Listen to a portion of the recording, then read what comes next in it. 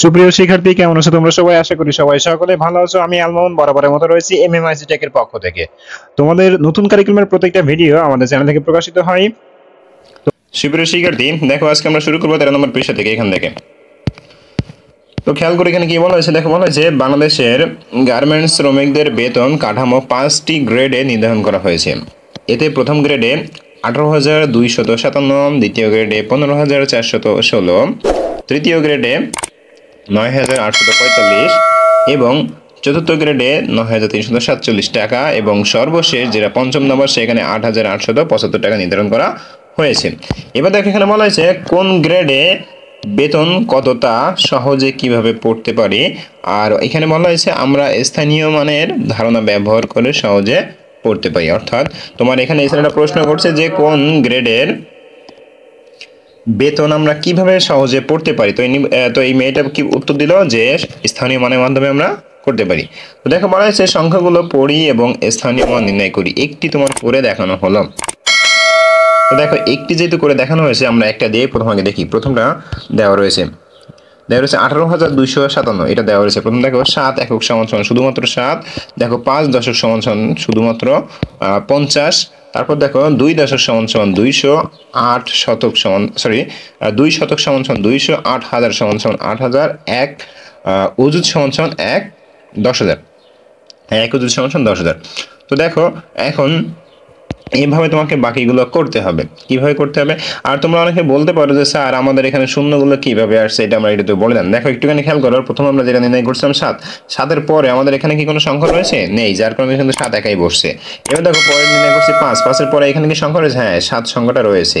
আর যে কয়টা সংখ্যা থাকবে পরে ডান দিকে সেই কয়টা আমরা শূন্য বসাবো। তো দেখো একটু যদি 8 থেকে বিবেচনা করি, দেখো 8-এর পরে 3টা সংখ্যা রয়েছে। কয়টা সংখ্যা রয়েছে? 3টা। তার মানে আমি 8-এর পরে কয়টা সংখ্যা বসিয়েছি? শূন্য বসিয়েছি, 3টা শূন্য বসিয়েছি। আশা করি বুঝতে পেরেছো। এবার আমাদের একটা তো করে দেওয়া রইলো, এবার আমাকে করতে হবে কি বাকি সবগুলো আমাকে করতে হবে। তো চলো এটা আমরা একটা একটা করে দেখে ফেলি। তো সবাই খেয়াল করে দেখো, আমরা পরেরটা সাজিয়ে ফেলেছি। এবার দেখো প্রথম হলো 6 একক, 6 মানে কি শুধুমাত্র 6। এবার দেখো 1 দশক, তার মানে কি একটা শূন্য হবে একটা 1 হবে। এরপর দেখো 4 শতক, তার মানে কত হলো? 2টা শূন্য হবে আমার একটা 4 হবে। এরপরে দেখো 5,000, তার মানে হলো আমার তিনটা আমার শূন্য হবে এবং 5 হবে। এবার সর্বশেষ দেখো 1 অযুত, তার মানে আমার এখানে 4টা শূন্য হবে এবং একটা 1 হবে। আশা করি এটা তোমরা খুব সুন্দরভাবে বুঝতে পেরেছো। এবার আমরা চলে যাব পর্যায়ক্রমে পরে যেটা আছে সেটাতে। তো এইভাবে তোমরা নির্ণয় করে ফেলবা। দেখো আমি তোমাদেরকে এইভাবে দেখিয়ে দিয়েছি, তোমরা এইভাবে নির্ণয় করে ফেলবা। আমরা চলে যাই এরপরে যে কি কাজগুলো দেওয়া হয়েছে সেখানে। দেখো বলা হয়েছে যে 1 নম্বরে সংখ্যাগুলোকে প্রতীক ব্যবহার করে ছোট থেকে বড় এবং বড় থেকে ছোট ক্রমে সাজাও। তো দেখো আমার এখানে ছোট থেকে বড় এবং বড় থেকে ছোট দুইটা। তো ছোট থেকে বড় যখন করব তখন কিন্তু আমাকে এই প্রতীক ব্যবহার করতে হবে, বড় থেকে ছোট যখন করব তখন আমাকে এই প্রতীক ব্যবহার করতে হবে। তো ফার্স্টে আমরা যে কাজটা করব বড় থেকে ছোটটা শিখব, বড় থেকে ছোটটা শিখব। তো চলো আমরা ফার্স্টে এখানে চিহ্নিত করে ফেলি কোনগুলো সংখ্যা বড় এবং কোনগুলো সংখ্যা প্রথমে বলবি। দেখো এখানে রয়েছে 18,257, 15,416, 9,845, 8,875 আর 9,347। তো তোমরা নিশ্চিন্তে বুঝতে পেরেছো যে এখানে 18,000 মুখে বলে দিয়েছে 18,000 সংখ্যাটা সব থেকে বড়। যদি তোমাদের সমস্যা হয় তোমরা কম্পেয়ার করবা কিভাবে। দেখো এই সংখ্যাটা এবং এই সংখ্যাটা 5টা অঙ্কের। তো এই 5টা অঙ্কের ভিতরে দেখো এখানে 1 মিল আছে, এখানে 1 মিল আছে, তার মানে বাদ। এরপরে দেখো এটা এখানে 5 আছে, এখানে 8 আছে, তার মানে এই 5 এবং 8 এর মধ্যে বড় কোনটা? 8, তার মানে এই প্রথম সংখ্যাটা তো সব থেকে বড়। তাহলে আমি এটাকে যদি মার্ক করি তাহলে এটাকে আমি 1 নম্বর হিসেবে মার্ক করতে পারি। তার মানে এটা হলো সব থেকে বড়, যেহেতু সেহেতু এটাকে আমি 1 নম্বর মার্ক করতে পারি। এটা হলো 1 নম্বরে বসবে বড় দিক থেকে। এবার তারপরে দেখো 15,000 হলো আমার 2 নম্বরে বসবে। এইবার খেয়াল করো আমার এখানে 9,800, এখানে 9,000 রয়েছে দুইটা, এই একটা আর এই একটা, আর এখানে 8,000 রয়েছে। তাহলে আমরা প্রথমে চলো আগে 9,000 দুইটার ভিতরে কম্পেয়ার করে আসি। তো দেখো এখানে 9 এখানে 9 মিল আছে, তাহলে বাদ দিয়ে দিলাম। এখানে 8 আর এখানে 3, তার মানে বলতে পারি এই সংখ্যাটা সব থেকে বড় এই দুইটার ভিতরে। তাহলে এটা আমার যাবে কত নম্বরে? 3 নম্বর সিরিয়ালে। এরপরে দেখো 8,000 আর 9,000 এর ভিতরে বড় হলো আমার এটা আমার 4 নম্বর সিরিয়ালে যাবে, আর এটা হলো আমার 5 নম্বর সিরিয়ালে যাবে। তো এইগুলো এখন জাস্ট আমরা এখানে বড় থেকে ছোট যেটা সেখানে আমরা বসিয়ে ফেলবো। তো চলো আমরা এটা বসিয়ে ফেলি। তো সবাই খেয়াল করে দেখো, আমরা কিন্তু পর্যায়ক্রমে বড় থেকে ছোট ক্রমে সাজিয়ে ফেলেছি। দেখো এটা হলো সব থেকে বড়, তারপরে বড় এটা, তারপরে বড় এটা, তারপরে বড় এটা, তারপরে বড় এটা। দেখো, এবং আমরা কিন্তু এখানে বড় চিহ্ন ব্যবহার করেছি। তোমরা কিন্তু এটা এই কোডের ভিতরে লেখার চেষ্টা করবে। এবার আমরা চলে যাবো ছোট থেকে বড়। ছোট থেকে বড় কিভাবে, জাস্ট এই বড় থেকে ছোট সংখ্যাটা আমি যদি উল্টিয়ে দিই, তাহলে ছোট থেকে বড় সংখ্যাটা হয়ে যাবে। তো চলো এটাও আমরা দেখে ফেলি। তো সবাই লক্ষ্য রাখো, আমরা এখানে চিহ্নটা মানে সংখ্যাগুলো উল্টে দিয়েছি। দেখো আমাদের এখানে জায়গা কম ছিল, যার কারণে কিন্তু আমরা দুইটা কোড মিলে এখানে লিখেছি। তোমরা কিন্তু একটা কোডের ভিতরে লিখে ফেলবে। দেখো জাস্ট উল্টে দিছি, এটা প্রথমে দিয়েছি, সবার শেষে ছিল, তারপরে দেখো এটা, তারপরে দেখো এটা, তারপরে দেখো এটা। এবং দেখো প্রত্যেকটা শেষে কিন্তু আমরা প্রত্যেকটা পরপর কিন্তু আমরা একটা করে ছোট চিহ্ন বসিয়ে দিয়েছি। আশা করি এটা তোমরা খুব ইজিলি বুঝতে পেরেছো। এবার দেখো আমরা 2 নম্বর প্রশ্নে চলে আসি। 2 নম্বর প্রশ্নে কি বলা হয়েছে, দেখো বলা হয়েছে সুমনা আপা গত মাসে তার ভাইয়ের বিয়ে উপলক্ষে 1 ভরি ওজনের একটি গহনা ক্রয় করেন। গহনা কিনতে তার 97,779 টাকা লাগে। গহনার মূল্যকে কথায় লিখি এবং এতে ব্যবহৃত অঙ্কগুলোর স্থানীয় মান নির্ণয় করি।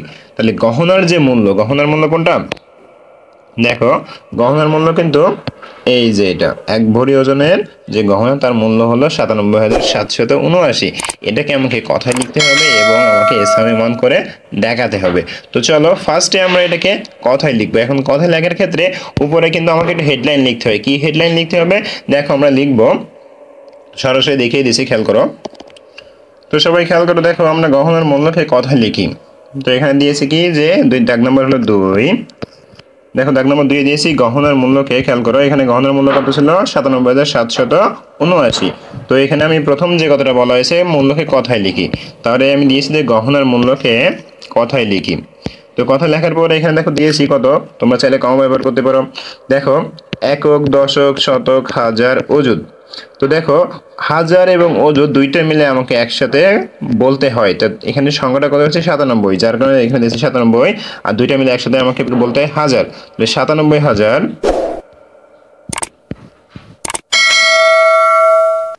খেয়াল করো 97,000। এরপর দেখো শতকের ঘরে রয়েছে 7, তাই দিয়েছি 700। এরপরে দেখো একক এবং দশক মিলে আমাকে একসাথে বলতে হয়, তাহলে এখানে একক এবং দশক মিলে রয়েছে 79। তো এই 79 আমরা এখানে লিখে দিয়েছি। তাহলে আশা করি কথায় লেখাটা তোমরা বুঝতে পেরেছো। এবার দেখো বাকি রইল আমাদের স্থানীয় মান নির্ণয় করা। তো চলো আমরা স্থানীয় মানটাও নির্ণয় করে ফেলি। তো খেয়াল করো সবাই, দেখো এই বক্সটা তোমরা একটু খেয়াল করো। দেখো উপরে লিখবা যে গহনার মূল্যকে স্থানীয় মান নির্ণয় করি। গহনার মূল্যকে আমরা কি করব? স্থানীয় মান নির্ণয় করব। দেখো এই যে নীল বাক্স দ্বারা আমি বুঝিয়ে দিয়েছি, এইটুকু শুধু লিখতে হবে, ঠিক আছে? উপরে হেডলাইন দিবা যে গহনার মূল্যকে স্থানীয় মানে নির্ণয় করি। তো প্রথম দেখো রয়েছে 9 একক। 9 একক মানে কি? শুধুমাত্র 9। এরপর দেখো রয়েছে 7 দশক। 7 দশক মানে কি? একটা শূন্য 7। তারপর দেখো দিয়েছে 7 শতক। 7 শতক মানে কি? দুইটা শূন্য 7। এরপর দেখো রয়েছে 7,000, এটার মানে হলো 3টা শূন্য 7। এবার সর্বশেষ দেখো রয়েছে 9 অযুত, এটার মানে হলো 4টা শূন্য, এই যে 9। তাহলে আশা করি তোমাদের স্থানীয় মানটাও এটা বুঝতে পেরেছো। এবার আমরা চলে যাই পরে। দেখো কি বলা হয়েছে 3 নম্বর যে অঙ্ক। দেখো বলা হয়েছে যে দুটি আম বাগানের একটি থেকে 89,325 টাকার এবং অপরটি থেকে 89,775 টাকার আম বিক্রয় করা হলো। সংখ্যা দুটি পড়ি ও প্রতীক ব্যবহার করে ছোট থেকে বড় লিখি। প্রথম বলা হয়েছে সংখ্যা দুটি তোমাকে পড়তে হবে, পড়ার পরে তোমাকে ছোট থেকে বড় সাজাতে হবে। তো চলো আমরা প্রথমে সংখ্যাটা একটু দেখে ফেলি। সুপ্রিয় শিক্ষার্থী দেখো এখন আমরা এই সংখ্যাটাকে পড়ে ফেলবি। তো দেখো এটাকে আমি প্রথমে পড়ি। দেখো এখানে বলা হয়েছে 89,325, পরটা বলা হয়েছে 89,775। এবার আমরা সংখ্যাটা ছোট থেকে বড় সাজাবো, তার কারণে আমি দেখো দিয়েছি সংখ্যাটি পড়ে ছোট থেকে বড় লিখি। এখন এই ক্ষেত্রে আমরা প্রথমে তুলনা করব। তো দেখো দুইটা সংখ্যা আমার একই অঙ্কের, তো একই অঙ্কের যেহেতু সেহেতু প্রথম দেখো 8 মিল আছে, বাদ দিলাম। তারপর দেখো 9 মিল আছে, বাদ দিলাম। এবার দেখো এখানে 3, এখানে 7, তার মানে বলতে পারি এই সংখ্যাটা হলো আমার বড় সংখ্যা। কি সংখ্যা? বড় সংখ্যা। কিন্তু দেখো আমার এখানে বলা হয়েছে ছোট থেকে বড়, তার মানে এই সংখ্যাটা হলো আমার ছোট সংখ্যা। তাহলে আমি এই সংখ্যাটা প্রথম লিখবো এবং প্রতীক দিয়ে পরের সংখ্যাটা লিখবো। তো চলো আমরা লিখে ফেলি। দেখো প্রথম লিখবো 89,325। এবার দেখো যেহেতু ছোট থেকে বড় সংখ্যা সাজাচ্ছি সেহেতু আমাকে অবশ্যই ছোট চিহ্ন ব্যবহার করতে হবে। তারপর দেখো লিখবো 89,775।